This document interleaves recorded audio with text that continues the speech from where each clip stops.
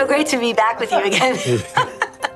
Yeah, it's exciting. The film that we made is coming out. I know.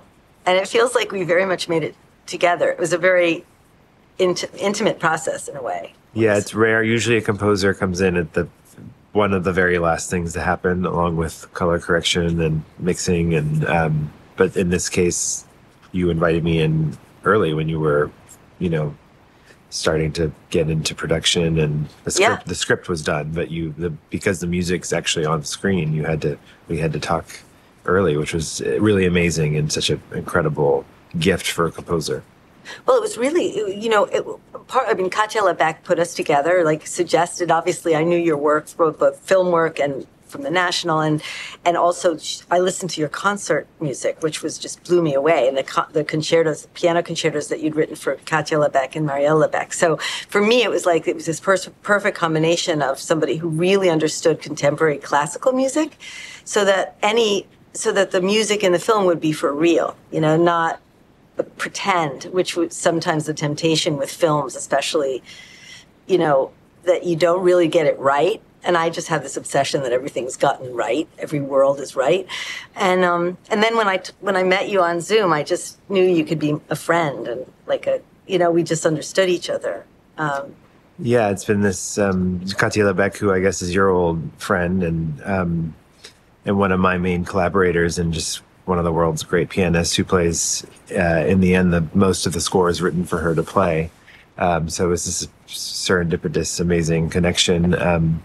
And when I heard that you were writing a film about a composer, it's something I've never gotten to do. And so, yeah, usually music is often changing guys, kind of playing a role. It's very often submerged. It's not. It can be foreground in film, but it's often in service of the scene, and you get asked a lot by, depending on the film, often you're being asked, oh, we really like this, can you do something like that? Which right. I always try to dissuade people from doing. But in this case, because the music is primary, and there was never temp music in the film. Yeah. We were always from the very beginning, because we were talking about the operas in the film, and then we were also talking about the score and how they would weave together. And because the main character is a composer, it allowed me to have kind of more agency and to really think about the music as a character.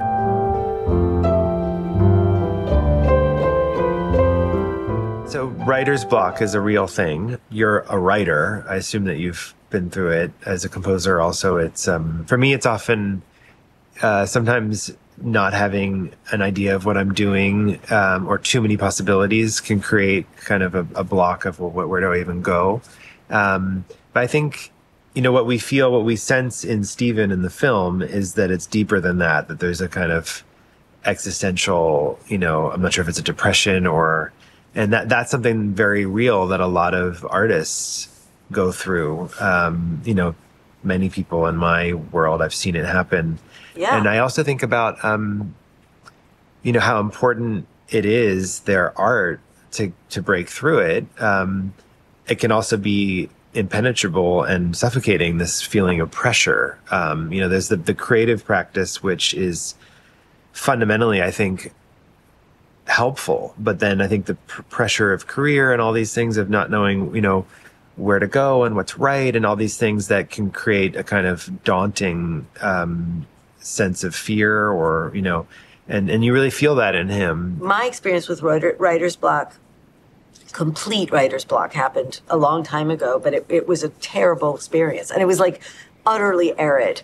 And the only way I got out of it was by volunteering at a women's shelter in Ireland. And, I didn't do it on purpose for that reason, but somehow the act of thinking about other people and being involved with other people, eventually my imagination recovered in the shadows, because it doesn't like it when a big beam is cast on it, and you're standing there, and I think a commission, that's why I think sometimes commissions for composers can be very hard, because everyone's like, okay, 3 weeks, we'd like the inspiration to happen between now and 10:30 this morning, and that's a hard thing.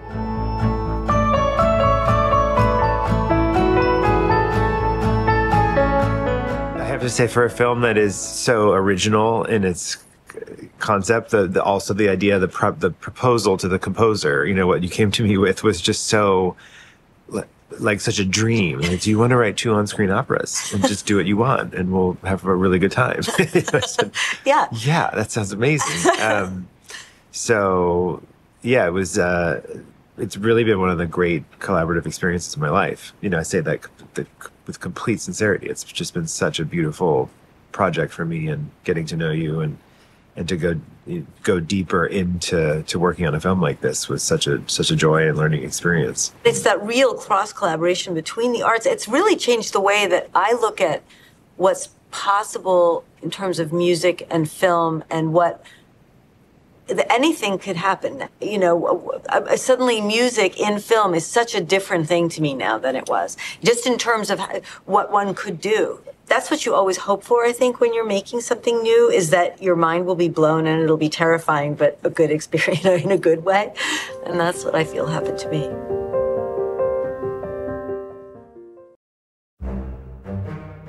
Brooklyn で暮らす潔癖症の精神科医と I can't do this. 書けない作曲家の夫婦。それは愛犬の散歩から始まった。What do you do? I operate a tugboat. Want to see my boat? I'm addicted to romance. No! とんでもない出会いから人生が劇的に変わる驚きのハッピーストーリー。ブルックリンでオペラを。